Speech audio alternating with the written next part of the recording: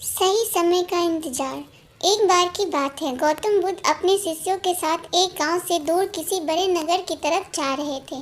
गर्मी के दिन थे और रास्ता भी बहुत लंबा था। गौतम बुद्ध अपने शिष्यों सहित बहुत देर से चल रहे थे, जिस वजह से उन्हें बहुत प्यास लगती है। बहुत देर से चलने की वजह से सभी का गला प्यास से सूख रहा था। यह बात बुद्ध जानते थे। बुद्ध ने अपने एक शिष्य को कहा, आप इस बरगद की छाया से 20 कदम दूर जाकर बरगद की 2 बार परिक्रमा करके वापिस आओ। शिष्य वैसा ही करता है जैसा बुद्ध ने बताया। परिक्रमा के बाद शिष्य महात्मा बुद्ध के पास आया तो बुद्ध बोले कि क्या आपको किसी ठंडी हवा का अनुभव हुआ था? शिष्य बोला, हाँ बुद्ध, उस उत्तर दिशा की तरफ से मुझे कुछ ठंडी हवा की अनुभव हुआ था। शिष्य की यह बात सुन महात्मा बुद्ध शिष्य से तुरंत बोले कि उस दिशा में चले जाओ, जरूर वहाँ से कुछ दूर पर एक तालाब अवश्य मिलेगा। उस तालाब से सबके लिए पानी ले आओ। शिष्य उसी दिशा में जब कुछ दूर जाता है तो वहाँ सच में एक तालाब होता है।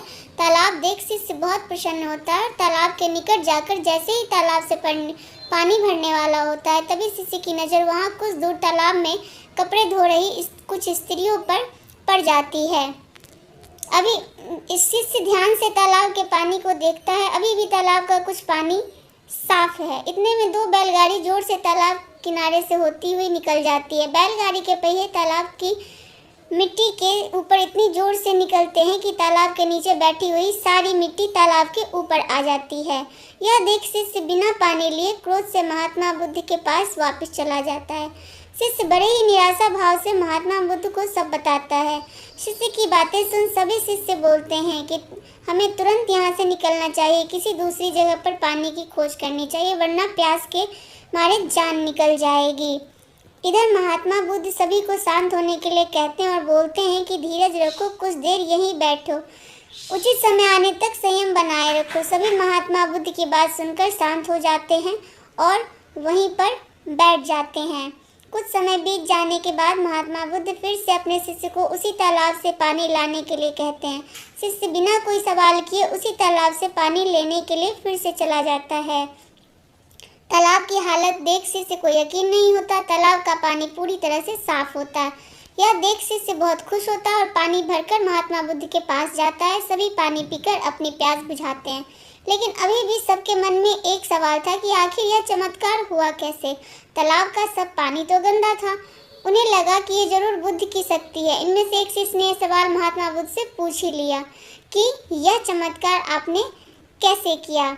शिष्य का जवाब देते हुए महात्मा बुद्ध बोले, यह कोई चमत्कार नहीं है, आपके सब्र का फल है। यह फल है आपके सब्र बनाए रखने का, उचित समय के इंतजार का।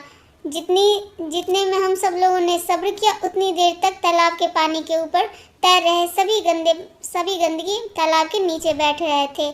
फिर कुछ देर बाद शिष्य जब वहाँ तालाब के पास पहुँचा, तब तक वह दूषित नीचे बैठ चुके थे, जिस वजह से तालाब पानी पहले की तरह साफ हो चुका था। तालाब साफ दिखाई दे रहा था। यदि उस समय आप लोगों ने सब्र ना किया होता तो आप सब इतनी गर्मी में पानी की खोज में प्यासे रहकर शायद अब तक मृत्यु को प्राप्त हो गए होते, क्योंकि यहाँ से अगला कोई तालाब है या नहीं, होगा या नहीं, इसका कोई निश्चित नहीं था। कभी प्यास न बुझा पाते और प्यास से मर जाते। फिर इतना बोलने के बाद महात्मा बुद्ध शिष्यों को एक सीख देते हुए कहे कि जैसी स्थिति हम लोगों के समक्ष आज आई है, वैसी ही स्थिति और मुश्किल दौर जिंदगी के हर मोड़ पर आएगी। तब उस समय भी आपको ऐसे ही संयम बनाए रखना होगा और अपने विवेक से काम लेते हुए ही आपको एक उचित फैसले के साथ उस नतीजे पर पहुँचना होगा। मुश्किल दौर में संयम रखते हुए ऐसे ही शांत मन से कोई फैसला लेना चाहिए जिससे आपको और दूसरे के लिए अच्छा हो, क्योंकि ऐसी स्थितियों में लोग अक्सर गुस्से में आकर अपना असब्र खो देते हैं और गुस्से तथा जल्दबाजी में गलत काम और फैसला कर बैठते हैं, जिसका बुरा परिणाम उनके भविष्य से देखने को मिलता है, जिसमें खुद का ही नुकसान अधिक हो जाता है।